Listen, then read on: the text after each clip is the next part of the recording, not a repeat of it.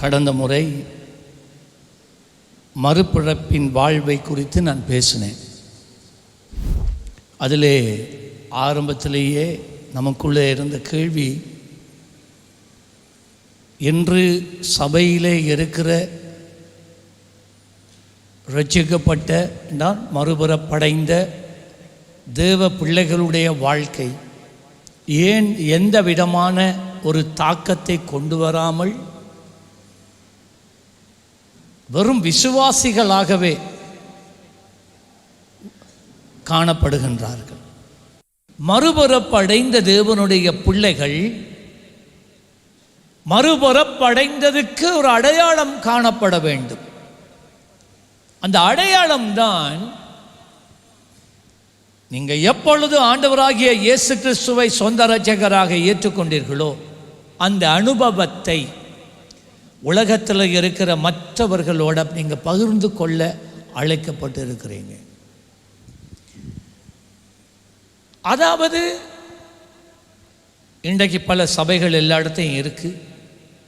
ஆனால் அந்த சபைகளாலே ஊழியங்களாலே தேவனுடைய அன்பை காண்கின்றவர்கள் இல்லை. தேவனுடைய வல்லமையை இந்த உலகத்தால் பார்க்க முடியலை. ஆராதனை நடக்குது, ஜெபம் நடக்குது, அதோடு அது முடியுது. இவ்விதமான ஒரு சபையாக இருக்கத்தானா தேவன் இயேசு சிலுவையில், கல்வாரி சிலுவையில் மரித்தார், எங்களை மறுபுறப்படைய பண்ணினார்? இல்லை. பலமுள்ள சாட்சிகளாக வாழ்வதற்கு தேவன் உங்கள் ஒவ்வொருவரையும் அழைத்திருக்கிறார். ஆகவே ஏதோ ஊழியம் செய்யும் போது இல்லாட்டி ஒரு ஆராதனை நேரத்தில் மாத்திரம் தேவனுடைய அசாத்தியமான வல்லமையான கிரியைகளை நடப்பித்து கொண்டு வாழ்வதும் வாழ்க்கை அல்ல. நாளாந்தம் வாழ்க்கையே அவ்விதமாய் காணப்பட வேண்டும். நீங்க பிரயாணம் பண்ணி கொண்டு போறீங்க, ஒரு சின்ன கடையில் போயிட்டு தேத்தண்ணி பிளேண்டி குடிக்கிறதுக்கு உட்கார்றீங்க. அந்த இடத்துல வேதனையோட போராட்டத்தோட இருக்கிற ஒரு ஆளை காண்றீங்க. பாஷை ஒழுங்கா தெரியுதோ இல்லையோ அந்த ஆளை போய் நீங்கள் தேற்றுறீங்க, ஜெபிக்கிறீங்க. அந்த மனுஷன் தேவனுடைய தொடுகையை உணர்கிறார், அற்புதத்தை காண்கிறார்.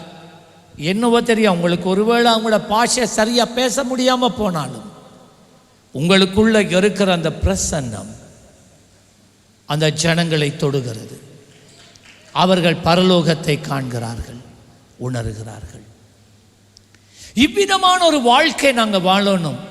ஆனால் இன்றைக்கு சபையில் இருக்கிற, ஆவிக்குரிய சபைகளில் இருக்கிற விசுவாசிகளுக்குள்ள இருக்கிற ஒரு பிசாசு போட்ட பொய்யான கருத்து என்னண்டா, அது பாஸ்டர்மாருக்கு, லீடர்ஸ்மாருக்கு தான் தேவன் அபிஷேகம் கொடுப்பார், நமக்கெல்லாம் இல்லை. அது முற்றுமா தவறு, அது பொய். ஊழியர்களுக்கு மாத்திரம்தான் தேவன் அபிஷேகத்தை கொடுக்கிறது, வரங்களை கொடுக்கிறது, பயன்படுத்துவார் என்கிறது பொய். சபையிலே, அதாவது மறுபுறப்படைந்த ஒவ்வொரு தேவ பிள்ளைக்கூடாக தேவன் வல்லமையாக கிரியை செய்வதற்கு அவர் இன்று ஆயத்தமாக இருக்கிறார், எதிர்பார்ப்போடு இருக்கிறார். ஆகவே தேவனுடைய அசாத்தியமான வல்லமையான கிரியைகளை நீங்கள் இந்த உலகத்துக்கு எடுத்து காட்டுவதாக இருந்த, வேலை செய்கிற இடமா இருக்கலாம், படிக்கிற பாடசாலையாக இருக்கலாம், நீங்கள் வாழ்கிற கிராமமாக இருக்கலாம், சமுதாயமாக இருக்கலாம், எங்கேயும் உறவுகள் மத்தியில் இருக்கலாம், எங்கனாலும் பரவாயில்ல.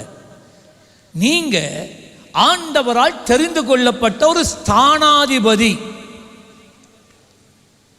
உங்களை ஆண்டவர் மறுபுறப்படைய பண்ணினது முதலாவது பிறப்பு தாயின் ஜலத்தினால், தாயின் கற்பத்தில் இருந்து பிறப்பது. அந்த பிறப்பு காணாது, மோட்சம் பரலோகம் போறதா இருந்தால் இரண்டாவது பிறப்பு வேண்டும், அது ஆவியில பிறக்கணும். அதுதான் ஆண்டவராகிய இயேசு கிறிஸ்துவை சொந்த இரட்சகராக ஏற்று பரிசுத்த ஆவியானவருடைய நிறைவை பெற்று உன்னதத்தின் பலத்தால் இடைக்கட்டப்பட்டு வாழ்கின்ற ஒரு வாழ்க்கை. சும்மா சோத்திரம் சோத்திரம் சொல்லிக்கொண்டு இருக்கிற வாழ்க்கை அல்ல. நீங்க எங்க போனாலும் வேலை செய்யற இடமா இருக்க, நீங்க ஒரு you can be a politician. நான் சொல்றத நல்லா கேளுங்க. நீங்க ஒரு அரசியல்வாதியாக இருந்து கொண்டும் நீங்க தேவனுக்கிடையே ஒரு சாட்சியாய் பலத்த சாட்சியாக வாழ முடியும். நீங்க ஒரு டைரக்டராக, ஒரு மேனேஜராக, ஒரு கூலி தொழிலாளியாக, ஒரு டாக்டராக, என்ஜினியராக இருந்து கொண்டும் தேவனுடைய வல்லமையை உங்களுக்கு கூடாக நாள்தோறும் வெளிக்காட்டுகிற ஒரு நபராக, ஒரு விசுவாசியாய், அபிஷேகம் பண்ணப்பட்ட பிள்ளையாய் உன்னால் இருக்க முடியும். அதற்குரிய அபிஷேகத்தை கர்த்தர் உனக்குள்ளே வைத்திருக்கிறார். இப்ப இதை எப்படி பெற்றுக்கொள்வது? அதான் ஆண்டவரே சொன்னார். போன வாரம் பேசினேன். தண்ணீரில் ஞானஸ்தானம் போதாது. அதாவது தாயின் கற்பத்திலே இருந்து பிறக்கிற ஞானஸ்தானம் மனிதன் ஆகுவது அது போதாது. ஆவியில நீங்க பிறக்கணுமா? அப்படின்னா என்ன? பரிசுத்த ஆவியானவருக்குள்ள நீங்க பிறக்கணும். இப்ப தேவன் ஆவியாகி இருக்கிறார். அப்போ தேவன் ஆவியாகத்தான் செயல்படுவார். பரிசுத்த ஆவியானவர் ஆவியாகத்தான் செயல்படுவார். அதே நேரம் பிசாசுகள் கூட ஆவிகளாய் இருக்கிறபடினால் மந்திரவாதிகள், சூனியக்காரர்களை நீங்க கவனிச்சு பாருங்க. அவங்க எல்லாரும் இந்த அசுத்த ஆவிகளை கொண்டு வந்து சுடலையில இருந்து ஆவிகளை தங்களுக்குள்ளே வருவித்து பூஜைகளை பண்ணி ஜனங்களுக்கு எதிராக செயல்பட அனுப்புகிறார்களா இல்லையா? இவைகளும் ஆவிகள் தான். ஒரு மந்திரவாதியை எடுத்துக்கொள்ளுங்க. ஒரு மந்திரவாதியை எடுத்துக்கொள்ளுங்க. அந்த மந்திரவாதி ஞாயிற்றுக்கிழமை மாத்திரம் தானா செயல்படுகிறார்? இல்லாட்டி வெள்ளிக்கிழமையில மாத்திரம் தானா அவர் செயல்படுகிறார்? இல்லாட்டி வாரத்தின் ஒவ்வொரு நாளும் அவர் செயல்படுகிறாரா? சொல்லுங்களேன், சொல்லுங்க, பேசுங்க. ஒவ்வொரு நாளும். அப்படியானால் ஒரு மந்திரவாதிக்குள் கீழே அவன் பல ஆவிகளை வைத்திருக்கிறான். இன்னும் புதிய புதிய ஆவிகளை அவன் சுடலைக்கு ராத்திரி வேளைகளில் போய் பலிகளை இட்டு இன்னும் ஆவிகளை தனக்கென்று சேர்த்து கொள்ளுவான். அந்த ஆவிகளை வைத்து தான் அவன் செயல்படுகிறான். குடும்பங்களை அழிக்கிறதா, ஒருவனுடைய தொழிலை நாசமாக்குறதா, ஒருவனை கட்டுகிறதா, ஒருவனை வேதனைப்படுத்துறதா, இருள் சூழ கொள்ளுகிறதா, ஆக்சிடென்ட் பண்ணப்பட வைக்கிறதா, எல்லாமே இந்த ஆவிகள். அப்படியானால் இந்த மந்திரவாதிகள் விளங்கிக் கொள்ளுங்க, 24 மணத்தியாளமும் 365 நாட்களும் 24 மணத்தியாளங்களும் அவர்கள் அந்த ஆவிகளோடு தங்கள் தொடர்பை ஏற்படுத்தி கொண்டு அந்த தொடர்பிலே தான் அவர்கள் வாழுகிறார்கள். அப்படி வாழ்ந்தால் தான் அவங்க செயல்பட முடியும். அந்த ஆவிகள் ஒரு நாளும் ஒரு மனிதனுக்கு நன்மை செய்யாது, அது தீமைதான் செய்யும். யோவான் 10:10 ஆண்டவர் சொன்னார், திருடன் சாத்தானை குறித்து சொன்னார். என்ன? திருடன் திருடவும் கொல்லவும் அழிக்கவுமே அன்றி. இதுதான் அவனுடைய ஒரே தொழில். 3 தொழில்: திருட, கொல்ல, அழிக்க. சுகத்தை திருடுவான், சொத்தை திருடுவான், உன்னுடைய சந்தோஷத்தை திருடுவான், வாழ்க்கையை திருடுவான், எல்லாத்தையும் திருடுவான். அடம் பின்பதாக மெதுமெதுவாக கொள்ள ஆரம்பிப்பான். அதுக்கு பிறகு உன்னை தரித்திரனாக்கி உன்னை அழித்து விடுவான் ஆவிகள். அதே போலத்தான் அருமையான தேவ பிள்ளையே, அஞ்ஞானிகளை பார்க்குறீங்க. இன்றைக்கு நீ தேவனுடைய பிள்ளை, ஜீவனுள்ள தேவனை சேவிக்கிற பிள்ளை. அவர் உன்னை சும்மா சபைக்கு ஆராதனைக்கு வந்து கதர்ல உட்கார்ந்துட்டு கையை உயர்த்தி கொஞ்சம் பாட்டை பாடிட்டு வாரத்துக்கு ஒருக்க போவதற்கு அவர் உன்னை அழைக்கல. இந்த உலகத்தில் இந்த ஆலயத்தில் இருந்து நீ புறப்படும் போது அவருடைய பிரசன்னத்தை, அவருடைய வல்லமையை, அவருடைய மகிமையை சுமக்கிறவனாய், அவருடைய வல்லமையை காண்பிக்கிறவனாய், அசாத்தியமான கிரியைகளை நடப்பிக்கிறவனாய், கட்டப்பட்டவர்களை விடுதலையாக்கிறவனாய் இருக்க அவர் உன்னை அனுப்பியிருக்கிறார். ஏசாயா 8ஆம் அதிகாரம் 18வது வசனம். ஏசாயா 8:18. இதோ நானும் கர்த்தர் எனக்கு கொடுத்த பிள்ளைகளும். இது ஆண்டவராகிய இயேசு கிறிஸ்துவை குறித்த ஒரு தீர்க்க தரிசனம். இதோ நானும் என்றால் இயேசு தம்மை சொல்லுகிறார். நானும் கர்த்தர் எனக்கு கொடுத்த பிள்ளைகள் என்றால் உங்களையும் என்னையும் குறிக்கிறார். ஆண்டவராகிய இயேசு கிறிஸ்து பாவத்தினாலே சிறைப்பட்டு போய் மரணத்துக்கு ஒப்புவிக்கப்பட்டவர்களாக இருந்த மனிதனை மீட்கும் பொருளாக தம்மை தாமே ஒப்பு கொடுத்ததினால பிதா உங்களையும் என்னையும் அவருக்கு கொள்ளை பொருளாக கொடுத்தார். அப்போ ஆண்டவராகிய இயேசு என்ன சொல்லுகிறார்? நான் எப்பயுமே இந்த உலகத்தில் இருக்க மாட்டேன், நான் என் பிதாவினிடத்துக்கு போயிருவேன், நான் விட்டு விட்டு செல்லுகிற வேலையை நீங்க தொடர்ந்து செய்யுங்க. இப்ப கேள்வி இதுதான், இயேசு இந்த உலகத்தில் வாழும்போது வாழ்ந்த வண்ணமா நீங்க வாழ்றீங்களா? இயேசு எப்படி வாழ்ந்தார்? கர்த்தருக்கு பலத்த சாட்சியாக வாழ்ந்தார், அற்புதங்களை செய்தார், அடையாளங்களை நடப்பித்தார், கட்டப்பட்ட ஜனங்களை விடுவித்தார், தேவ ராஜ்யத்திற்குரியவைகளை பிரசங்கித்தார். அப்போ அவரை போல அவர் விட்டு விட்டு சென்ற வேலையை தொடர்ந்து செய்யத்தானே அவரும் உன்னையும் என்னையும் மறுபுறப்படைய பண்ணினார். இன்றைக்கு நாங்க அதை நிறைவேற்றுகிறோமா?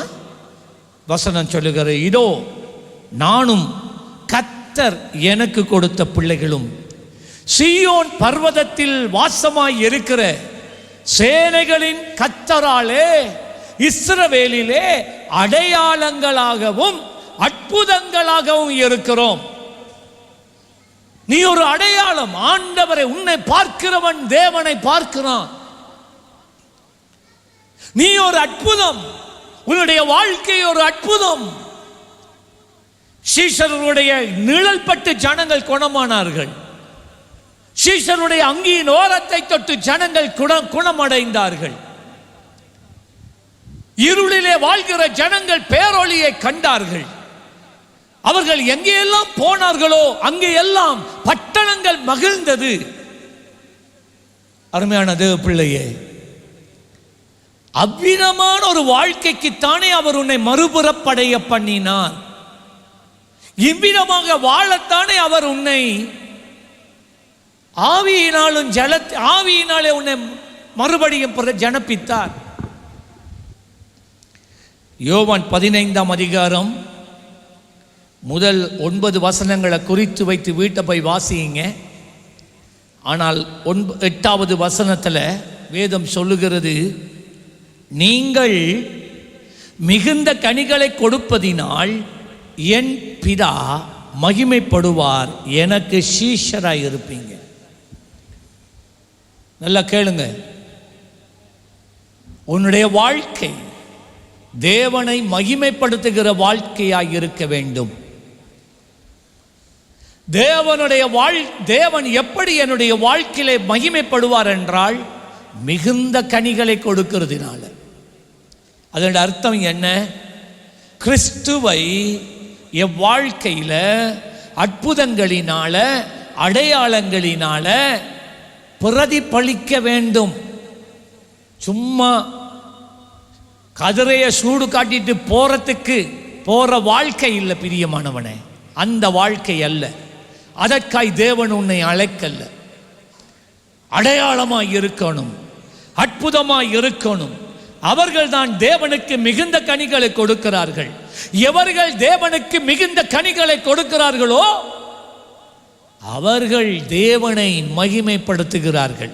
இங்க வந்துட்டு சும்மா எந்த ஒரு ஊழியமும் செய்யாம தேவனுடைய வல்லமை, தேவனுடைய மகிமை, தேவனுடைய நற்சுவிசேஷம் உங்களோட வாயிலிருந்து மற்ற ஜனங்களுக்கு புறப்படாம நீங்க உங்களுக்காக மாத்திரம் வாழ்ந்து கொண்டு இருந்துட்டு இங்க வந்துட்டு கையை உயர்த்திட்டு ஐயா வாழ்க வாழ்க என்று சொல்லி பாடுறதுல அந்த துதி, அந்த ஆராதனை இந்த கூரைக்கு மேலால கூட போகாது.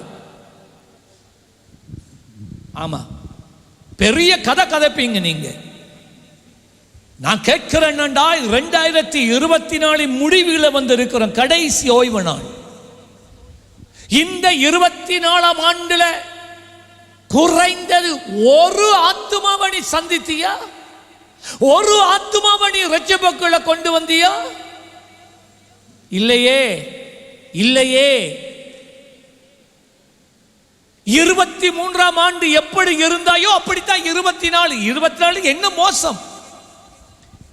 22ல எப்படி இருந்தாயோ அப்படித்தான் 24ல இருந்தா.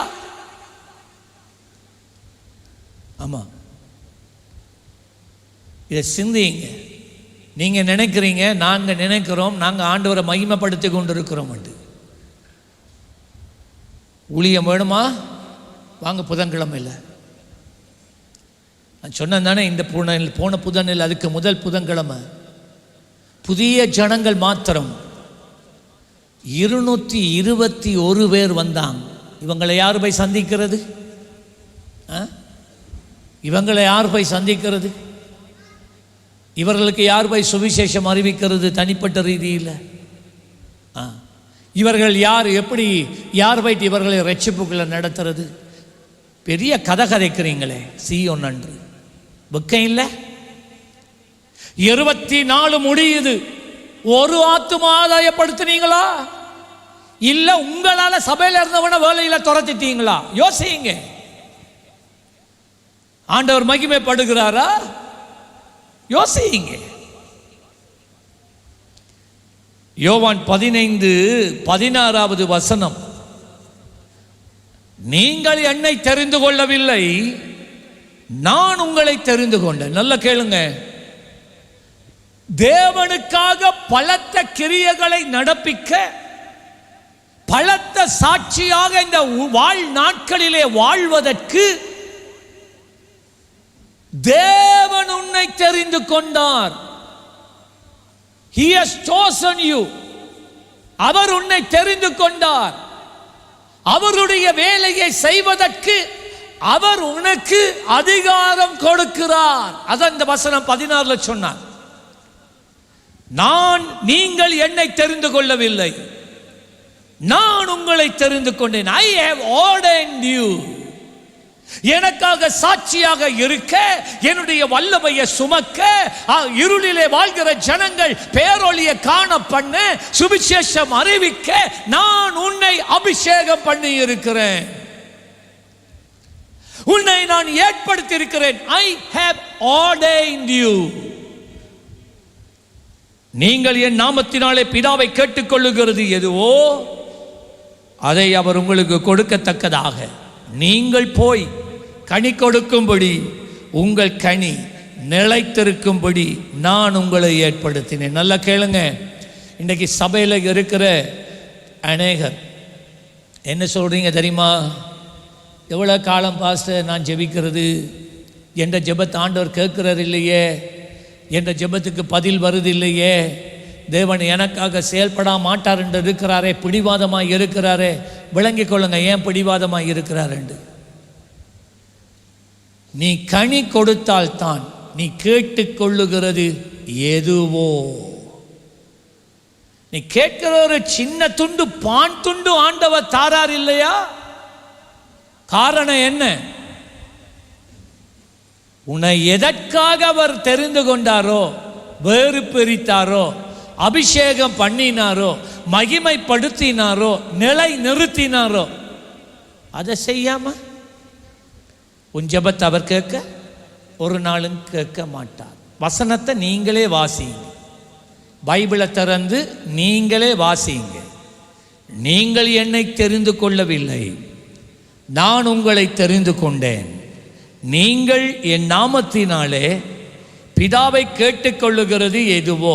நீங்கள் என் நாமத்தினாலே பிதாவை கேட்டுக்கொள்ளுகிறது எதுவோ. இது பர்சனல் நீட்ஸ், ஃபேமிலி நீட்ஸ், குடும்ப தேவைகள், தனிப்பட்ட தேவைகள். உன் தேவை எதுவோ நீ என்னுடைய நாமத்தில் கேளு, அதை உங்களுக்கு கொடுக்கத்தக்கது. அவர் உனக்கு கொடுக்கணுமா? உன்னுடைய தேவையை ஆண்டவர் சந்திக்கணுமா? உன்னுடைய வாழ்க்கையில் தேவன் அற்புதம் செய்யணுமா? அவர் சொன்னார், நீங்கள் போய் கனி கொடுங்கள். என்ன தெரியுமா கனி கொடுக்கிறண்டா? அவருக்காக அவருடைய அற்புத வல்லமை உள்ள சாட்சியாக போய் வாழு. என் வல்லமைய, என் மகிமைய உலகத்துக்கு எடுத்து காட்டு. அருமையானது பிள்ளையே, உங்களுடைய உள்ளங்களை ஆராய்ந்து பாருங்க. 25ஆம் வருஷம் அப்படித்தானா நீங்க வாழ போறீங்க? இன்னும் இப்படித்தானா நீங்க வாழ தீர்மானிக்கிறீங்க? ஒரு வாழ்க்கையில ஒரு சின்ன தீர்மானம் உங்களால் எடுக்க முடியுது இல்லையா? அதால தான் இன்றைக்கு ஒன்றும் சரி வருது இல்லை பாஸ்டர், ஒன்றும் சரி வருது இல்லை பாஸ்டர், ஒன்றும் சரி வருது இல்லை பாஸ்டர்ன்ட்டு இங்கே இருந்துட்டு ஓட பார்க்கறதுக்கு காரணம் அதுதான். நான் சொல்கிறேன், நீங்கள் எங்கேயும் ஓடி பாருங்க, இந்த வார்த்தையை உங்களுடைய வாழ்க்கையில் நீங்கள் நிறைவேற்றாமல் நீங்கள் எங்கே தான் ஓடினாலும் எதுவும் உங்களுக்கு சித்திக்க போகிறது இல்லை. ஏனண்டா அவர் தானே உங்களுக்கு அற்புதம் செய்ய விரும்புகிறார். இருக்கிற காலையில் சொன்னது போல, நீ இருக்கிற இடம் வனாந்தரமாக இருக்கட்டும், இரவாகி கொண்டு இருக்கலாம், நாள் முடிகிறதா இருக்கலாம், ஆனால் அற்புதம் செய்கிறவர் உன் நடுவில் இருக்கிறார். அவராலே செய்யக்கூடாத அதிசயம் ஒன்றுமில்லை. இன்றைக்கு தேவன் உங்களுடைய தனிப்பட்ட வாழ்க்கையில், உங்களுடைய குடும்ப வாழ்க்கையில், உங்களுடைய தொழிலில், உங்கள் வருமானங்களில், உங்களுடைய படிப்பில் ஏன் உதவி செய்ய முடியாமல் இருக்கிறார் என்றால், நீங்கள் அவருக்கு கனி கொடுக்க முடியவில்லை. இலங்கையில் இருக்கிற நம்பர் 1 டாப் சைக்காலஜிஸ்ட், மானசீக வைத்தியர் ஷெஹான் வில்லியம்ஸ். யார் தெரியுமா அந்த தம்பி? உங்களுக்கு தெரியுமா யாருண்டு? அவர் தான் இலங்கையில் இருக்கிற நம்பர் 1 சைக்காலஜிஸ்ட். யார் தெரியுமா அது? நம்முடைய சபையிலே சிறு பிராயத்திலே ஆண்டவராகிய இயேசு கிறிஸ்துவை சொந்த இரட்சகராய் ஏற்றுக்கொண்டு, ஒரு நாளும் ஓய்வு நாள் பாடசாலை தவறாமல், உபவாச ஜெபம் தவறாமல், மற்ற ஜெப கூடுகைகள், வீட்டு கூட்டங்கள் தவறாமல், நான் சொல்றத நல்லா கேளுங்க, ஒரு டியூஷனுக்கு கூட போகாமல், ஒரு டியூஷனுக்கு போகல. எத்தனை எதிர்ப்பு அவனுக்கு வந்தது. அப்படி இருந்தும் சிரிச்சு போட்டு இருந்துருவான். கர்த்தருக்கு வாழ்க்கையில முன்னுரிமை. வாலிப தலைவனாக இருந்தான். வாலிபர்கள் மத்தியிலே ஊழியம் செய்தான், பிள்ளைகள் மத்தியிலே ஊழியம் செய்தான். எல்லாத்திலையும் அவன் தன்னுடைய பங்களிப்பு சபையின் எல்லா இடத்துலையும் இருந்தது. ஓ லெவலில் நல்லா சித்தி பெற்றான். ஏ லெவலில் முதலாம் ஃபர்ஸ்ட் ஷைலே சித்தி பெற்றான். யூனிவர்சிட்டி என்டர் பண்ணினா முதலாம் தரத்திலேயே மிகுந்த சிறந்த பெறுபவர்களோடு அவன் ஒரு சைக்காலஜிஸ்டாக மாறினான். அதான் ஆண்டவர் சொன்னார், முதலாவது தேவனுடைய ராஜ்யத்தை தேடு, அவருடைய நீதியை தேடு, அவருக்கு கனி கொடுக்கிறத பற்றி சிந்தித்து அதற்கான நல்ல முடிவுகளை எடு. அப்பொழுது நீ சித்திப்பாய், உன் வாழ்க்கை மாறும். நீ இருக்கிற இடத்திலேயே கர்த்தர் உன்னை உயர்த்துவார். விசுவாசிச்சார் ஆமென் சொல்லி கரங்களை தட்டலாமே. வருதில்லை. மத்தேயு 15ஆம் அதிகாரம் 13 16 வசனத்தில் இது மலை பிரசங்கம். அதில் முக்கியமான விசுவாசிகளுக்குரிய செய்திகளை ஆண்டவர் வைத்தார். என்ன சொன்னார்? நீங்கள் பூமிக்கு உப்பாய் இருக்கிறீர்கள். சாய்ஸ் இல்லை. விருப்பம் உண்டாயிரு, விருப்பம் இல்லாட்டி இருக்காத, அது இல்லை. உப்பாய் இருந்தே ஆக வேண்டும். மறுபுறப்படைந்த தேவ பிள்ளையே,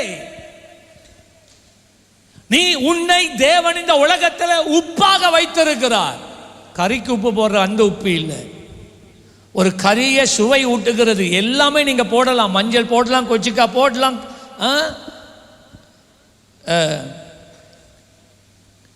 கருப்பிஞ்ச போடலாம், சின்ன வீரகம், பெருஞ்சீரகம், வெந்தயம், வெள்ளப்பூடு எல்லாமே நீங்க போட்டு சமைக்கலாம். ஆனா ஐயா உப்பு இல்லைன்னு சொன்னா அந்த கறியை சாப்பிட இயலாது.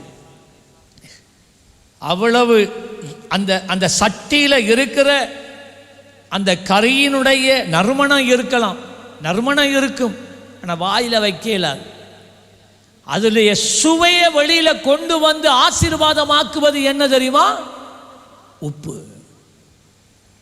இன்றைக்கு இந்த உலகத்தில் இருக்கிற மனிதர்களுடைய வாழ்க்கை உப்பில்லாத அந்த கரியை போன்று இருக்கிறது. பணம் இருக்கு, அந்தஸ்து இருக்கு, படிப்பு இருக்கு, பட்டம் இருக்கு, புகழ் இருக்கு, வீடு இருக்கு, எல்லாம் இருக்கு. என்ன தெரியுமா? இல்ல, வாழ்க்கையில நிம்மதி இல்லை, வாழ்க்கையில இளைப்பாறுதல் இல்லை, வாழ்க்கையில நிறைவு இல்லை.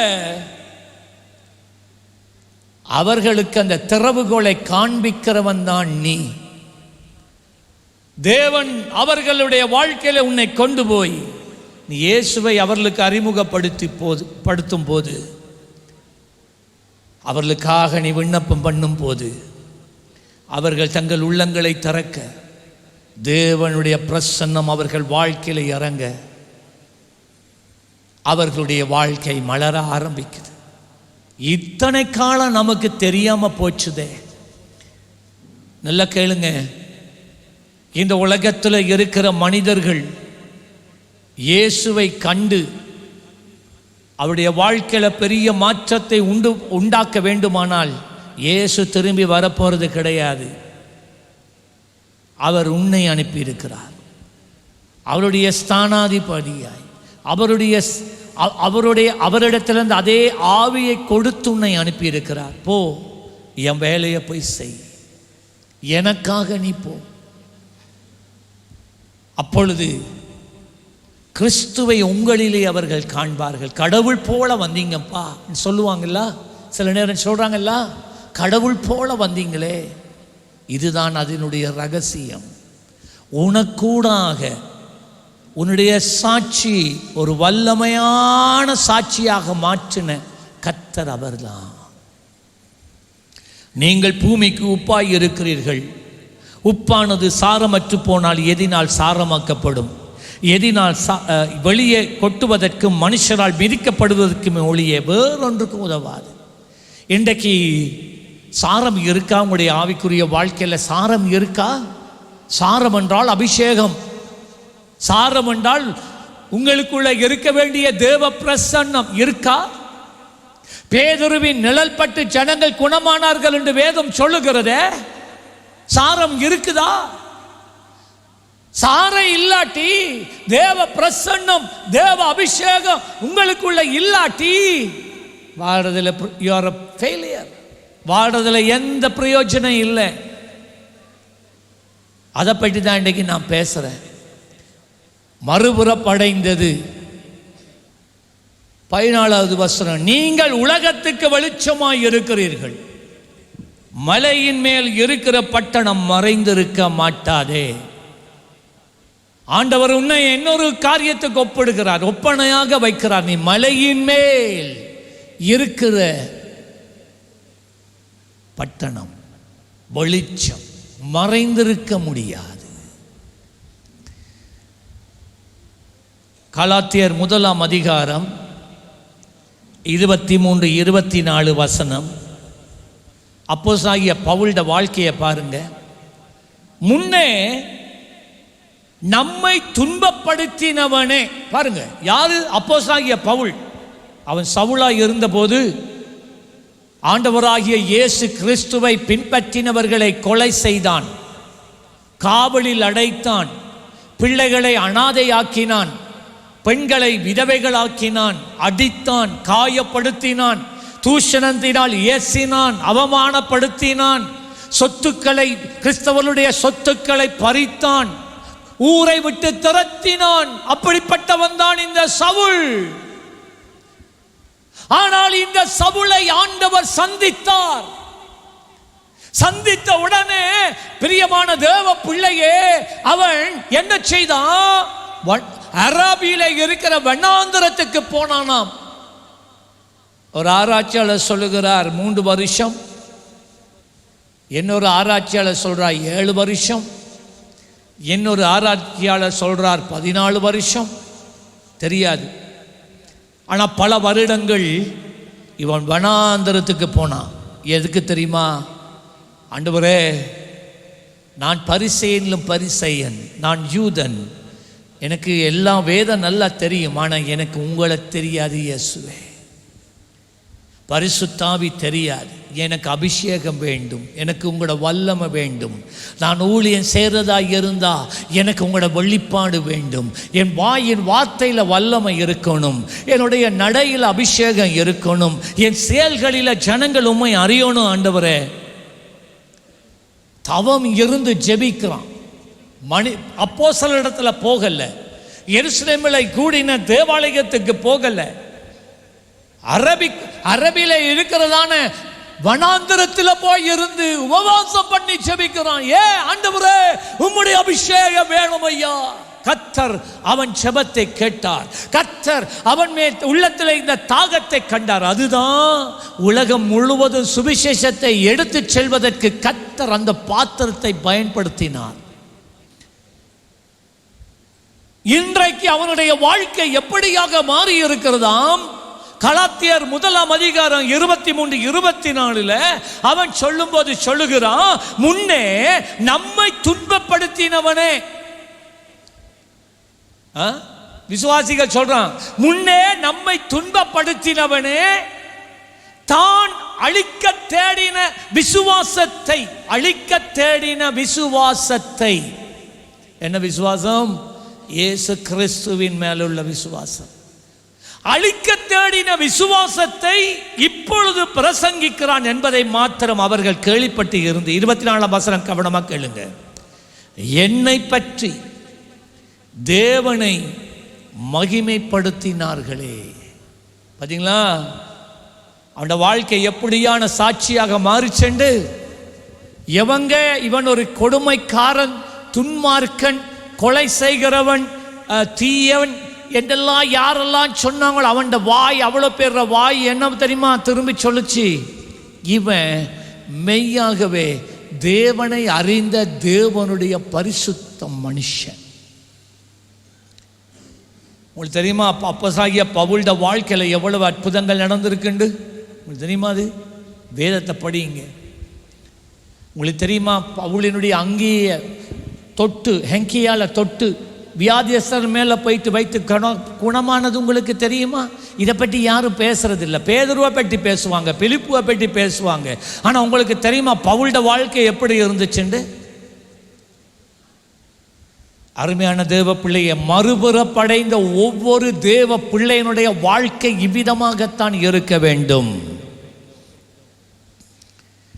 சங்கீதம் 82, 5, 6, 7 வசனங்கள் நான் சொல்றதை கேளுங்க. இவ்விதமான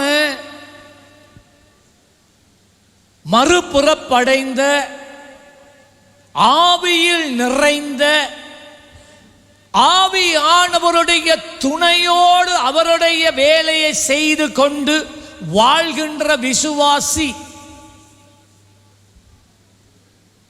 சிறப்பாக அவன் வாழ்க்கையை வாழ்வான், ஜெயத்தோட வாழ்வான் தன் வாழ்நாட்கள்ல. ஆனா இந்த ஆவிக்குரிய அபிஷேகம், ஆவிக்குரிய அனுபவம், இந்த ஆவிக்குரிய வரங்கள், ஆவிக்குரிய தாளந்துகளை பெறாதவனாக ஒரு விசுவாசி வாழ்ந்தால் உங்களை பார்த்து விசுவாசி என்று சொல்றதுக்கு முடியாது. நல்ல சொல்றதை நல்லா கேட்கணும். ஆவிக்குரியவர்கள் என்று நீங்கள் உங்களை அழைக்கிறீர்கள் அல்லவா? அப்படித்தானே சொல்றீங்க. நான் பெந்தெகோஸ்தேன், நான் ஆவிக்குரியவன், நான் பரிசுத்த ஆவியை உடையவன், அப்படி தானே சொல்கிறீங்க? கேள்வி, அப்படின்னா பரிசுத்த ஆவியிலே நிறைந்த ஒரு வாழ்க்கை வாழ்றீங்களா? பரிசுத்த ஆவியானவருடைய வரங்கள் உங்களுக்குள்ளே கிரியை செய்யுதா? உன்னதத்தின் ஆவியினால் தரிக்கப்பட்டு இருக்கிறீங்களா? ஆவியானவர் உங்களுக்கூடாக பலத்த செய்கைகளை நடப்பித்துக் கொண்டு இருக்கிறாரா? அப்படி என்றால் நீங்கள் ஜெயித்தவர்கள், அவர்கள் தான் ஜெயம் கொள்ளுகிறவர்கள் என்று வேதம் சொல்லுது. ஆனால் நான் சொன்னது உங்களோட வாழ்க்கையில் இல்லைன்னு சொன்னா உங்களுடைய வாழ்க்கை பரிதாபமான ஒரு வாழ்க்கை. சபையில் தான் இருக்கிறீங்க, ஆனால் உங்கள் வாழ்க்கை ஒரு பரிதாபமான ஒரு வாழ்க்கையாக இருக்கிறது. சங்கீதம் 82 5 முதல் 7 இந்த பரிசுத்த ஆவியானவருடைய அபிஷேக அனுபவங்களோட வாழாதவன், வல்லமையாக சாட்சி பகிராதவன், இந்த வாழ்க்கை எப்படி காணப்படுகிறது என்றால், அவன் சொல்லுகிறான், அறியாமலும் உணராமலும் இருக்கிறார்கள். நான் இவ்வளவு பேசுறேன், ஆனாலும் இந்த சபையில் இருக்கிற உங்களில் அநேகர் நான் என்ன பேசுறேன்டே உங்களுக்கு விளங்குதில்லை. ஏண்டா அந்த அளவுக்கு வளர்ச்சி இல்லை. வார்த்தைண்டா வார்த்தை தெரியாது, எண்ணம் வேதம் வாசிக்கிறது இல்லை, வேதம் படிக்கிறது இல்லை,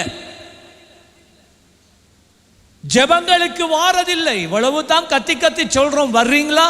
இல்லையே. எல்லாத்துக்கும் நீங்க நேரம் கொடுக்குறீங்க, உபவாசத்துக்கு நீங்க நேரம் கொடுக்குறீங்களா? இல்லையே. இந்த உலகத்தை வஞ்சிக்கலாம். நல்ல போராட்டத்தை போராடினேன், விசுவாசத்தை காத்து கொண்டேன், அது இது. எப்படி ஐயா நீ விசுவாசம் காத்துக் கொள்ற? 10 வருஷம் சேர்ச்சுக்கே நீ போகல, 10 வருஷம் சேர்ச்சுக்கு போகல, நீ 10 வருஷம் நீ ஆராதிக்கல, அப்புறம் என்ன இது? விளங்குதா? சபையே விளங்கி கொள்ளுங்க, இதை அறிந்து கொள்ளுங்க. நீங்கள் உங்களை நீங்களே வஞ்சிக்க வேண்டாம் தயவு செய்து. நாங்களே எங்களை ஏமாற்றிக் கொள்ளக்கூடாது. அறியாமலும் உணராமலும் இருக்கிறார்களே. இன்றைக்கு உங்களுடைய வாழ்க்கையில் நீங்க எப்படி இருக்கிறீங்க? தேவன் உங்களுக்கு கொடுத்த அழைப்பை நீங்கள் உணர்ந்து இருக்கிறீங்களா? அறிஞ்சிருக்கிறீங்களா? உங்களுக்குள்ள இருக்கிற பரிசுத்த ஆவியானவர் உங்களை கொண்டு என்ன செய்ய வாஞ்சிக்கிறார் என்பதை அறிந்திருக்கிறீங்களா? 225ஆம் ஆண்டிலே தேவன் உங்களை குறித்து வைத்திருக்கிற சித்தம் என்ன, திட்டம் என்ன, தரிசனம் என்ன அறிந்து விட்டாயா? தெரியுமா? அதெல்லாம் தெரியாது. தேவனுக்கு அடுத்த காரியங்கள் ஒன்றுமே தெரியாது. ஆனால் சொல்லிக் கொள்ளுகிறது, நான் மறுபுறப்படைந்தவன், நான் ஞானஸ்தானம் பெற்றிருக்கிறேன், நான் பரிசுத்த ஆவி பெற்றிருக்கிறேன். அப்படியா?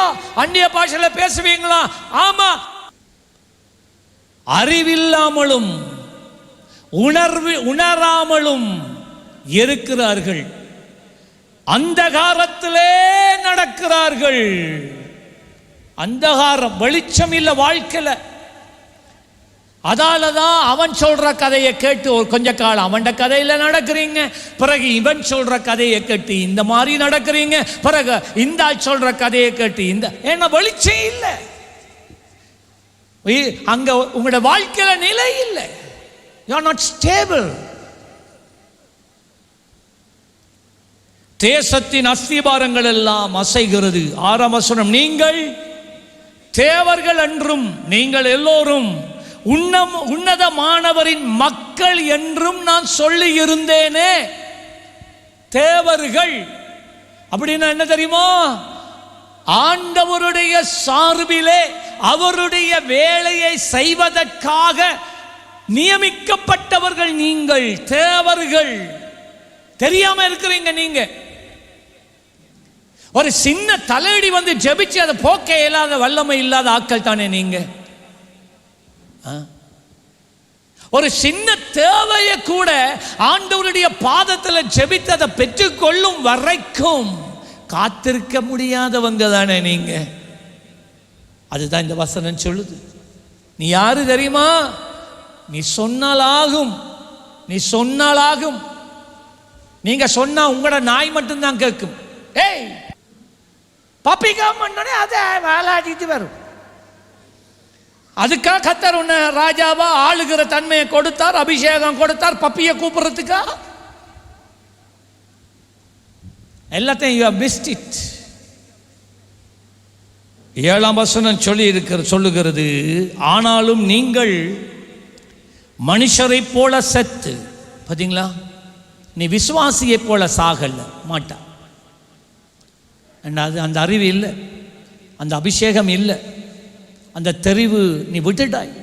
அவ்விதமா நீ வாழ்றதில்லை. இந்த உலகத்தில் மனுஷர் என்றால் தேவனை அறியாத அஞ்ஞானிகள்.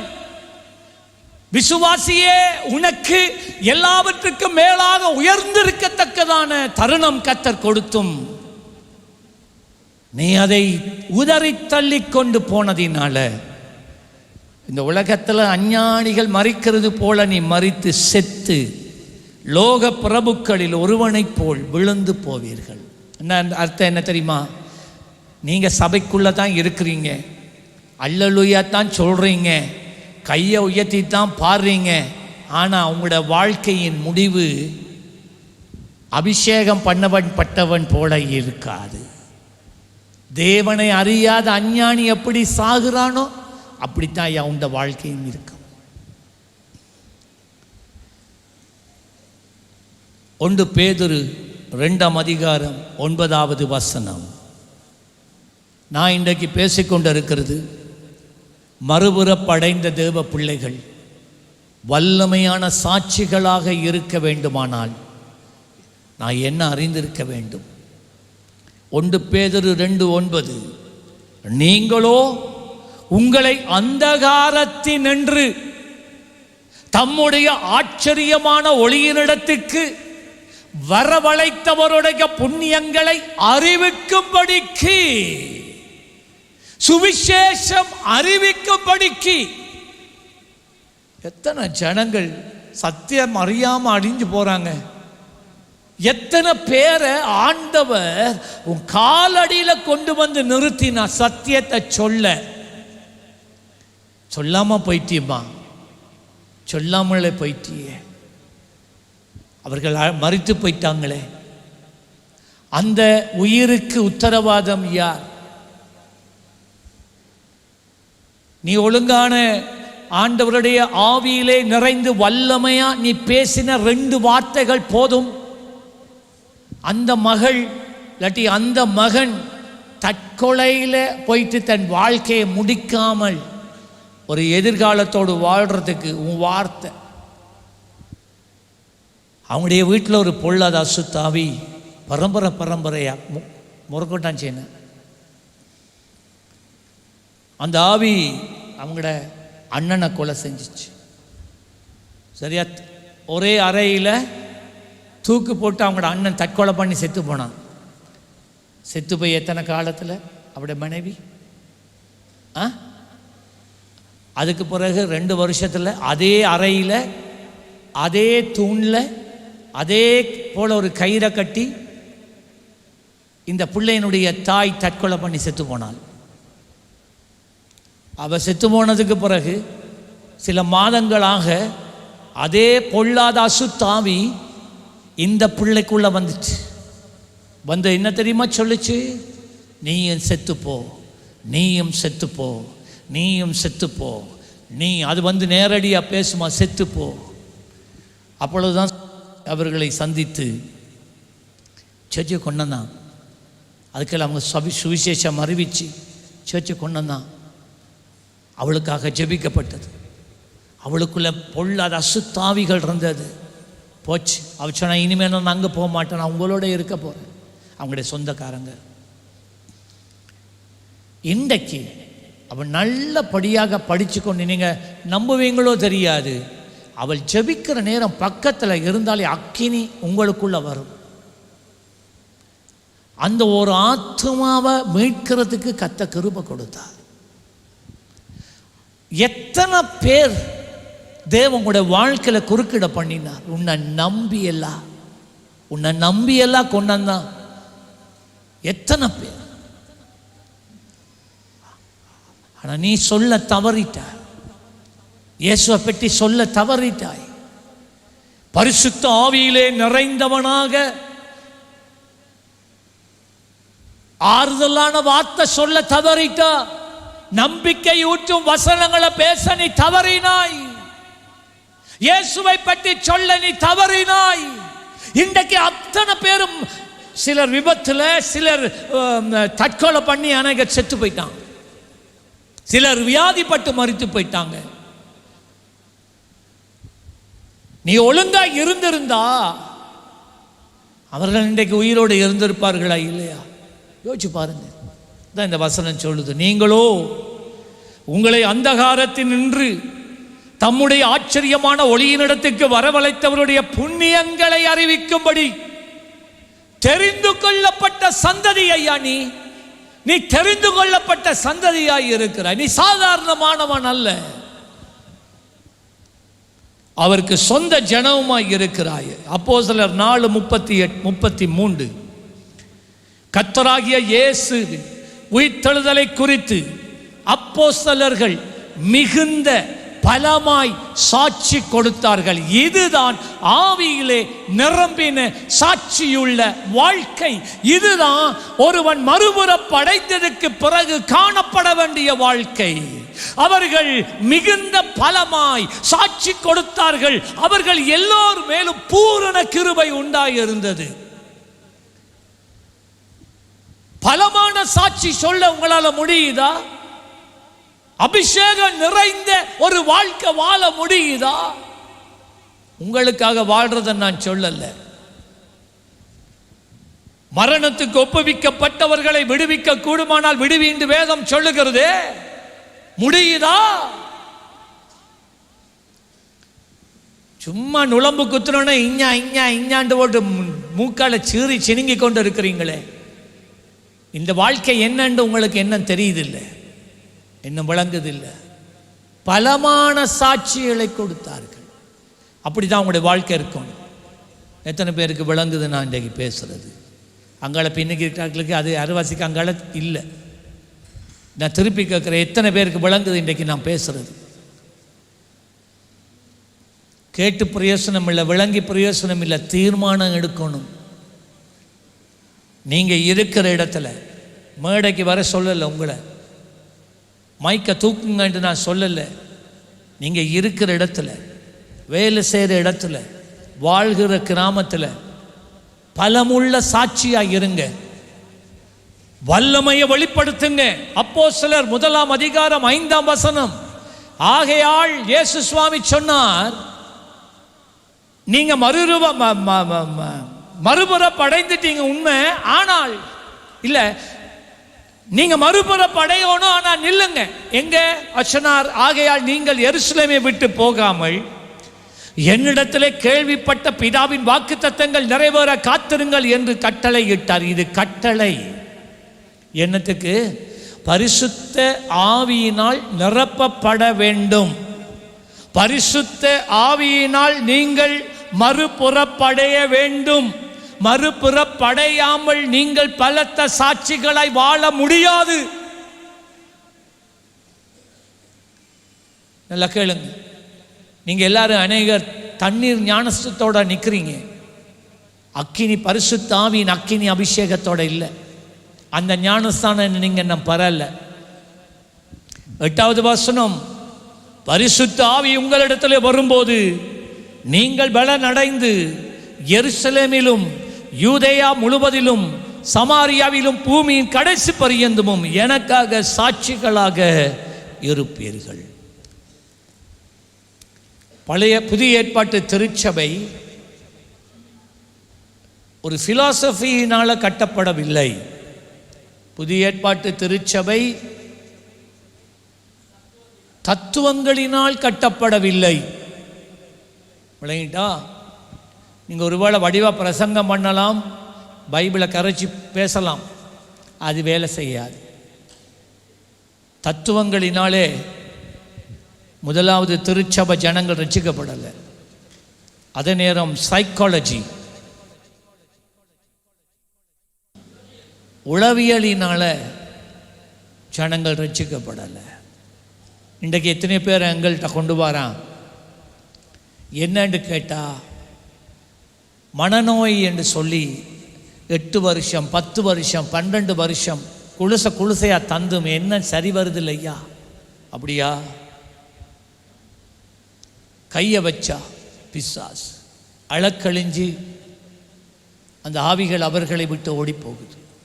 அவர்களுக்கு நித்திரை இல்லாமல் ஆக்கினது, மனநோயாளியாகளாய் ஆக்கினது இந்த பொல்லாத அசுத்தாவி.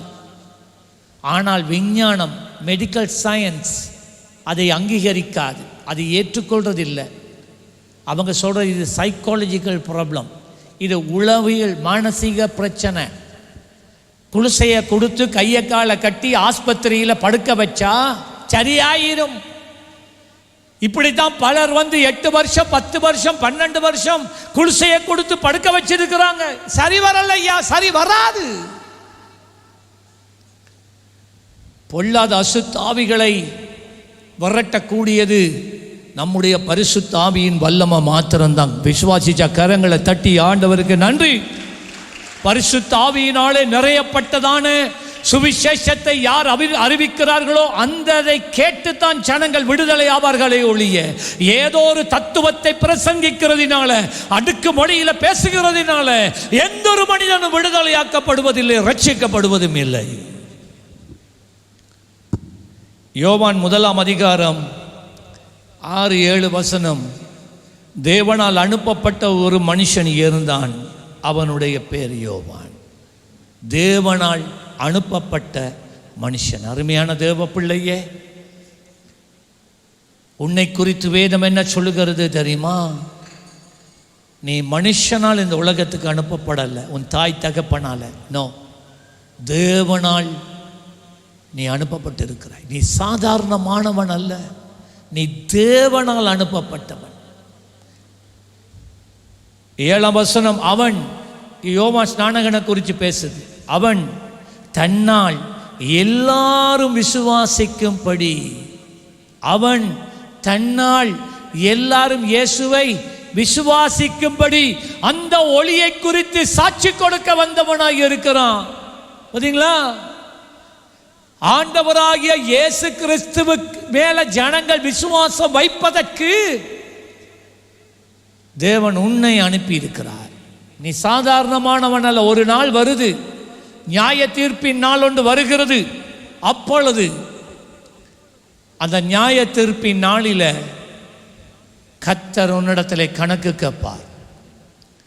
நான் உன்னை அழைத்தேனே, என் அழைப்பை நான் உனக்கு தெரியப்படுத்தினேனே, நான் உனக்கு மறுபுறப்படைய பண்ணினேனே, பரிசுத்த ஆவியை தந்தேனே, வரங்களை தந்தேனே, தாளந்தை தந்தேனே, உனக்கு தரிசனம் தந்தேனே, எத்தனையோ முறைகளில் நான் உன்னோட பேசினேனே, ஏன் இதை நிறைவேற்றாமல் போனாய் என்று கம். ஏன் ஏன் என்ன சொல்ல போறோம் நாங்க? அப்ப சொல்ல, இல்லை ஆண்டவரே எனக்கு கொஞ்சம் வேலை பிஸி ஆயிட்டு. சொல்லலாமா? பரலோகத்தில் போயிட்டு டிராஃபிக் போலீஸ்காரன் லைனை வெட்டினதை பிடிச்ச உடனேயே என்னென்னலாம் சொல்லி பதறீங்க வழி. இப்ப யோசிச்சு பாருங்க, அவன் தன்னால என்னெல்லாம் சொல்லிட்டு கலண்டர்லாம். நானும் எத்தனை நேரம் பிடிபட்டுக்கிறேன் டிராஃபிக் போலீஸ்காரன்ட்ட. கடைசியாக கேட்பான், சார் கோயிலை வடக்கிறான்னே, ஃபாதர் என்றோடனே ஃபாதர் அட்டு. இந்த ஃபாதர் என்றதால தான் நானே தப்பி இருக்கிறேன் பல தடவை. ஆனால் அருமையான தேவ பிள்ளையே, பரலோக ராஜ்யத்தில் ஒரு நாள் வருது, நியாய தீர்ப்பு நடக்கும். அந்த நியாய தீர்ப்பிலே கர்த்தர் உன் புஸ்தகத்தை உனக்கு முன்னால் விரிப்பார். இந்த வருஷத்தில் நான் உனக்கு இதை செய்தேன், இந்த வருஷம் நான் உனக்கு இதை செய்தேன், இந்த வருஷம் நான் உன்னை சந்தித்தேன், இந்த வருஷம் உனக்கு நான் இந்த சொப்பனம் மூலமாக பேசுகிறேன், இந்த வருஷம் நான் உனக்கு தரிசனத்தை கொடுத்தேன், இந்த வருஷம் என்ன செய்தாய்? நீங்கள் ஒன்றுமே பேச முடியாது. நல்லா கேளுங்க. இயேசு சொன்ன ஒரு உவமை. ஒரு எஜமான் இருந்தானா. அந்த எஜமானன் . . . . . . . . . . . . . . . . . . . . . . . . . . . . . . . . . . . . . . . . . . . . . . . . . . . . . . . .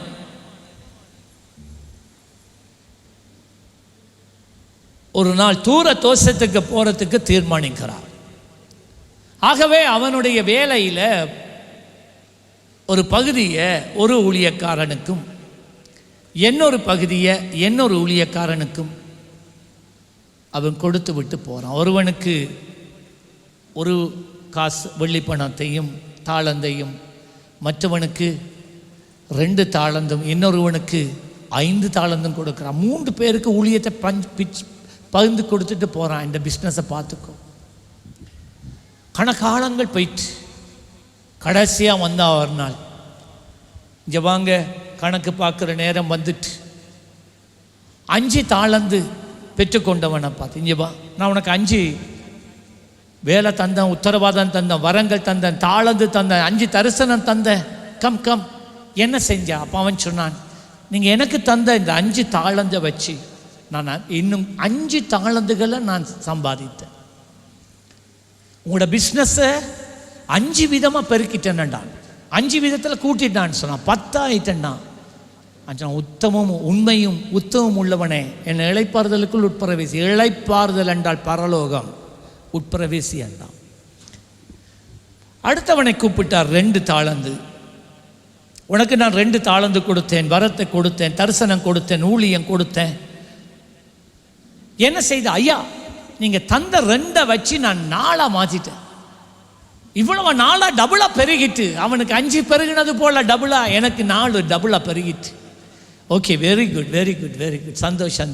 முதுகில் தட்டி, நீயும் என் இளைப்பாறுதலுக்குள்ளே உட்பிரவேசி, பரலோகத்துக்குள்ளே உட்பிரவேசி. அந்த ஒரு தாளந்து பாருங்க, உனக்கு கொடுத்ததே ஒன்று தானே. இங்கே வாப்பா, ஐயா எப்படி சுகமா இருக்கிறீங்களா? இவன் கதை சொல்றார். இவன் இருக்கிற ஐயா, அந்த கதையெல்லாம் விடுவோம். நான் உனக்கு ஒரு தாளந்து தந்தேன், இந்த இருக்கு ஐயா, இந்த இருக்கு இந்த இருக்கு, நீங்க தந்த மாதிரியே இருக்கு. அப்ப இதை வச்சு நீ இவ்வளவு காலம் நீ பயன்படுத்தல இல்லையே? ஏண்டா, எனக்கு உங்களை பற்றி தெரியாதா? நீங்க பொல்லாத மனுஷன் இல்ல, விதைக்காத இடத்துல போயிட்டு அறுவடை தேர்ற ஆள் தானே நீங்க. பொய்யா சொல்றத பாருங்க. அந்த எஜமான் அப்படிப்பட்டவரே இல்லை, அவர் நீதி உள்ளவர். நீ கொடூரமானவர். நான் எப்படி ஏதாவது கொஞ்சத்தை இழந்து போய் நான் நஷ்டப்பட்டிருந்தா அவளந்தான் என்ன தலை போச்சிருக்கு. நீங்க தந்ததை மரத்தை கீழே நிலத்தில் புதைச்சி வச்ச, இந்தாங்கப்பா எடுத்துக்கொள்ளுங்க. அப்பா அந்த எஜமானன் சொல்லுகிறார், இதை கொண்டு போய் பேங்க்ல எஃப்டியில் போட்டிருந்தாலும் கொஞ்சம் வட்டியாவது வந்து சேர்ந்துருக்குமே. ஆனால் நீ அதுவும் செய்யலையா? இல்லை. உடனே என்ன தெரியுமா சொன்னார்? இவன் என்ன சாட்டு போக்கு சொன்னானோ அதே வச்சு, நீ சொன்னியெல்லாம் நான் ஒரு கொடூரமானவனண்டு, ஓமையா நீ சொன்ன இல்லை நான் விதைக்காத இடத்துல நான் அறுவடை சேரவன், ஓமையா. அவன் ஒண்டை எடுத்து 10 பயன்படுத்தினவன் கையில் கொடுத்துட்டு இவனை கொண்டு போய் பட்கடிப்புள்ள அந்த என்னது அழுகையும் பட்கடிப்பும் உள்ள பள்ளத்தாக்கில் தூக்கி போடுங்கன்னு சொன்னான். நான் அப்படிப்பட்டவனோட உனக்கு தெரியும் தானே. உன் வார்த்தையினாலேயே நான் உன்னை நியாயம் தீர்த்துக்கிறேன் என்று தீர்த்தார். அவன் நரகத்துக்கு போனான். அருமையான தேவ பிள்ளைகளை கவனமாக கேளுங்க. பரிசுத்த ஆவியானவரை பெறுறது நல்ல காரியம். பட் அந்த பரிசுத்த ஆவியானவரை, பரிசுத்த ஆவியானவரோடு வருகிற அபிஷேகம், வரங்கள், தாளந்து, தேவன் கொடுக்கிற தரிசனம், அழைப்பு, உத்தரவாதம், நீங்கள் நினைச்சிங்கண்டா நீங்கள் நினைச்ச நேரம் விட்டுட்டு போகலாம், தூக்கி எறியலாம். நினைச்ச நேரம் நான் செய்வேன், நினைச்ச நேரம் நான் விடுவேன், இல்லை அதுக்கெல்லாம் எனக்கு நேரம் இல்லை என்று நீங்கள் நினைச்சா, நீங்கள் எதினால் ஆண்டவரை சாட்டு போக்கு சொன்னீங்களோ அதை வச்சே உங்களை நியாயம் தீர்த்து, நான் சொல்கிறேன் பரிதாபமான நிலைமை. நீங்கள் இத்தனை வருஷம் ஒரு ஆவிக்குரிய சபையில் இருந்திருக்கலாம், நீங்கள் ஆண்டவரை சேவிச்சிருக்கலாம், பட் நீங்கள் பரலோகம் போகிறதில்லை. நித்திய இளைப்பாறுதல் உங்களுக்கு சொந்தம் இல்லை. எல்லாரையும் எழுந்து நிற்க போகிறோம். இந்த செய்தியினுடைய இன்னொரு பகுதி இருக்குது, அடுத்த வருஷம் நான் பேசுவேன். சந்தன கரித்தனம் லுபரபா கதக சத்தனம கதி செகேதேபா லோபரி கந்தனம கதி சகன தரிய ஷகல பரதலக சத்தனமா. கொஞ்ச நேரம் ஜெபிங்க. அப்படியே ஜெபிக்க வருது இல்லையா? கையை உயர்த்தி கொஞ்சம் ஜெபிங்க ஜெபிங்க ஜெபிங்க ஜெபிங்க. கத்தட்ட கேளுங்க, கத்தட்ட கேளுங்க. ஆண்டவரே 24 முடிஞ்சு 25 நான் இனிமேல் இப்படி இருக்கக்கூடாது. நீங்க என்ன நாட்டின இடத்துல இருந்து கொண்டு வல்லமையான ஒரு சாட்சியா, அற்புதமான ஒரு சாட்சியா, அநேகர் உம்மை விசுவாசிக்க பண்ணுகிற ஒரு வாழ்க்கையை நான் வாழ என்னை ஒப்பு கொடுக்கிறேன்னு சொல்றாக்கள் கரங்கள் உயர்த்தி கொஞ்சம் செபிங்க, நல்லா செபிங்க.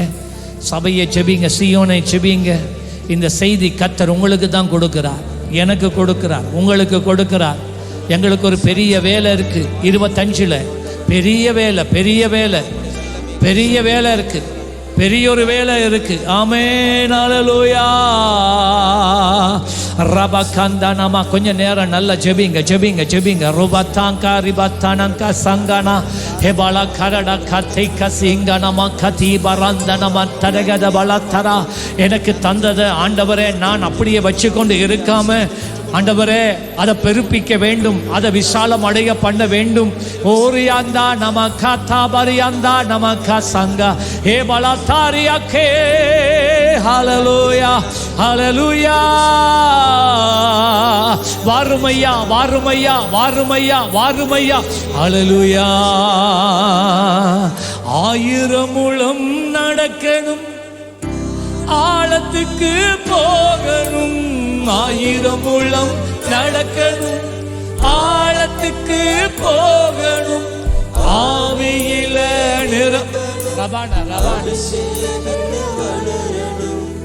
ஆவியில நிரம்பணும்.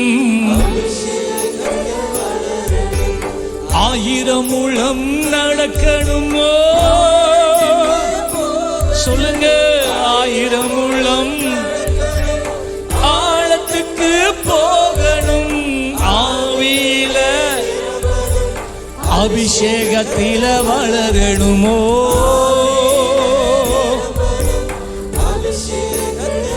அப்படி எல்லாரும் கரங்களை உயர்த்தி கொஞ்ச நேரம் செபிங்க. ஆண்டவரே நான் அபிஷேகத்தில் வளரணும். 1 மினிட். அபிஷேகம் என்பது அதுக்கு வயது எல்லை கிடையாது. சரீரம் வயசு போக போக பலவீனம் அடையும், ஆனால் அபிஷேகம் பலவீனம் அடையாது. நீங்கள் எத்தனை வயசு போனாலும் பரவாயில்ல, கர்த்தர் உங்களோட தான் பேசுகிறார். வயசு போயிட்டுன்னு சொல்லி சரீரம் ஒருவேளை பலவீனப்பட்டாலும் உங்களுக்குள்ளே இருக்கிற அபிஷேகம் பலவீனப்படலை. அந்த அபிஷேகம் அப்படியே தான் பெலனோட இருக்கு. அருமையான தேவ பிள்ளையே, கர்த்தர் உனக்கு கொடுத்த அபிஷேகம் சரீரம் ஒருவேளை வயசு போக போக பலவீனப்பட்டாலும் உனக்குள்ள இருக்கிற அந்த ஆவிக்குரிய அபிஷேகம் அது ஒரு நாளும் பலவீனப்பட்டு போவது கிடையாது. அது உனக்குள்ள இருக்கு. ஹல்லேலூயா. நீ கரத்தை நீட்டினா மகிமையை காண்பாய். நீ வாயை விரிவாய் திறந்தால் மகிமையை காண்பாய். வியாதிஸ்தன் மேல கையை வச்சாய், நீ மகிமையை காண்பாய். கட்டப்பட்டவர்களுக்கு ஹல்லேலூயா, நீ அவர்களிடத்துக்கு கிட்ட போனாலே அவர்கள் விடுதலையை பெற்றுக்கொள்ளுவார்கள். அந்த மகிமை உனக்குள்ள இருக்கு. கரங்களை உயர்த்தி கொஞ்ச நேரம் ஜெபிக்கிறீங்களா? ஓ பிள்ளைகள் நல்லா கேளுங்க, இந்த சின்ன வயசுல கேளுங்க. கர்த்தாவே, நான் உமக்காக வாழ வாஞ்சிக்கிறேன். 25 ஆண்டவரே, நான் ஒரு சிறு பிள்ளை என்று நான் என்னை சொல்லிக் கொள்வது இல்லை.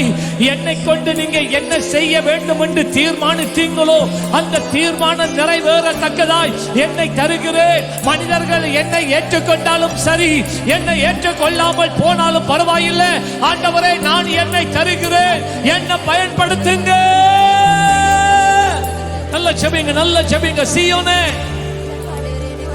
இந்த சத்தத்தை எழுப்புங்க, சத்தத்தை எழுப்புங்க, சத்தத்தை எழுப்புங்க. வாலிப பிள்ளைகள், நீங்க நல்லா ஜெபிக்கணும். கர்த்தர் இந்த கண்கள் உன் மேல பதிஞ்சிருக்கு. இன்றைக்கு காலையில கர்த்தர் உன்னை கவனித்து பார்க்கிறார். கர்த்தர் உன்னை கவனித்து பார்க்கிறார். கர்த்தர் உன்னை பயன்படுத்த வாஞ்சையாக இருக்கிறார். என்று 24 பார்க்கிலும் 25 இன்னும் வல்லமையாய், இன்னும் அதிகமாய், இன்னும் மகிமையாய். ஓ ரகதா கசகதி பகதா ஏதோ லெபெகதோ பலத்தினாலும் அல்ல, பராக்கிரமத்தினாலும் அல்ல, தேவனுடைய ஆவிதான், தேவனுடைய ஆவிதான் உனக்குள்ள இருக்கிற தேவனுடைய ஆவிதான் இதை செய்ய பண்ணுகிறது.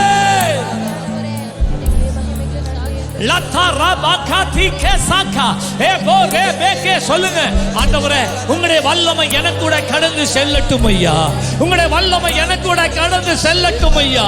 எந்த அழைப்பை எனக்கு வச்சிருக்கிறீங்களோ அந்த அழைப்பை நிறைவேற்ற நான் என்னை அர்ப்பணிக்கிறேன். அப்பொழுது உங்களுடைய வல்லமை எனக்குள்ள பாய்ந்து செல்லட்டுமே. Rakata bakati meko ebeleta rikotoma imana makasaka itoreketa leborekato maratala. ஹல்லேலூயா. யாருக்கெல்லாம் ஜெபம் வேணுமோ முன்னுக்கு வாங்க, நாங்கள் உங்களுக்காக நாங்கள் ஜெபிக்க விரும்புகிறோம்.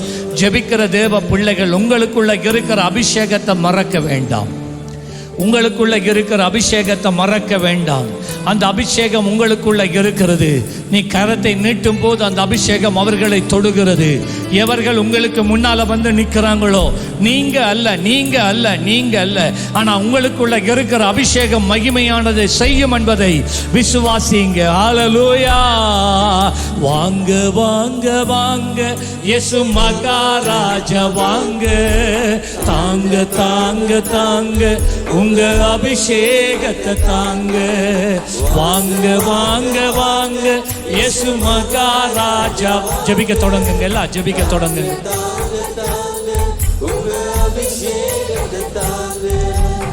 ஆயிரம் முழம் நடக்கணும், ஆழத்துக்கு போகணும்.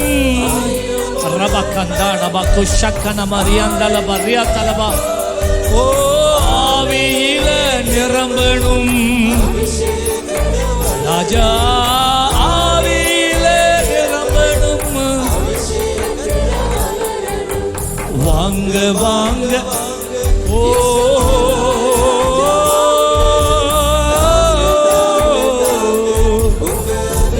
ஹல்லேலூயா.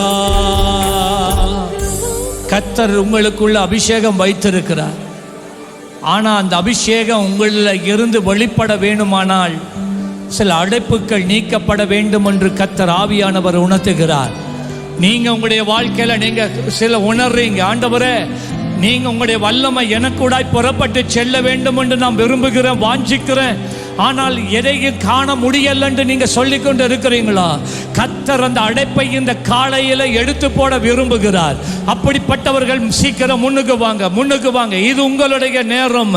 கர்த்தர் அந்த அடைப்பை எடுத்து போடுவார். கர்த்தர் அந்த அபிஷேகம் நதியாய் பாய்ந்து செல்ல பண்ணுவார். அபிஷேகம் நதியாய் பாய்ந்து செல்ல பண்ணுவார். என்ன விசுவாசிக்கிறவருடைய உள்ளத்தில் இருந்து ஜீவ தண்ணீர் உள்ள நதிகள், ஜீவ தண்ணீர் உள்ள நதிகள், ஜீவ தண்ணீர் உள்ள நதிகள், ஜீவ தண்ணீர் உள்ள நதிகள் புறப்பட்டு செல்லும் என்று சொன்னார். ஹல்லேலூயா. ஓ பரிசுத்த ஆவியே, தாகம் தீர்க்கும் ஆவியே, சொல்லுங்க.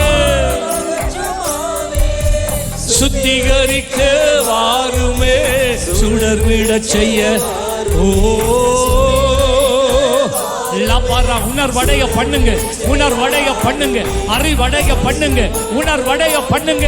இருள் வெளியேறட்டும் ஐயா, இருள் வெளியேறட்டும் ஐயா.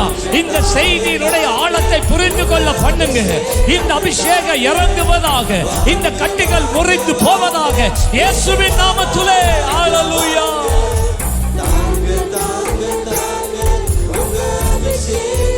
சொல்லுவோமா? ஜீவநதியே வாங்க, ஓ ஜீவநதியே வாங்க, தாகத்தோடு தாகத்தோடு ரபகந்தனமா. ஹல்லேலூயா. இப்பொழுது நம்முடைய கர்த்தராகிய இயேசு கிறிஸ்துவினுடைய கிருபையும் பிதாவாகிய தேவனுடைய அன்பும் பரிசுத்த ஆவியானவருடைய அந்யோன்ய ஐக்கியம் உங்கள் அனைவருடன் கூட இன்றும் எப்பொழுதும் இருப்பதாக. வந்ததுக்காக நன்றி. கர்த்தர் தாமே உங்களை ஆசீர்வதிப்பாராக. யாருக்கு ஜெபம் வேண்டுமோ முன்பதாய் வாருங்கள், உங்களுக்காக ஜெபிக்க நாங்கள் காத்திருக்கிறோம். ஆமேன், ஆமேன்.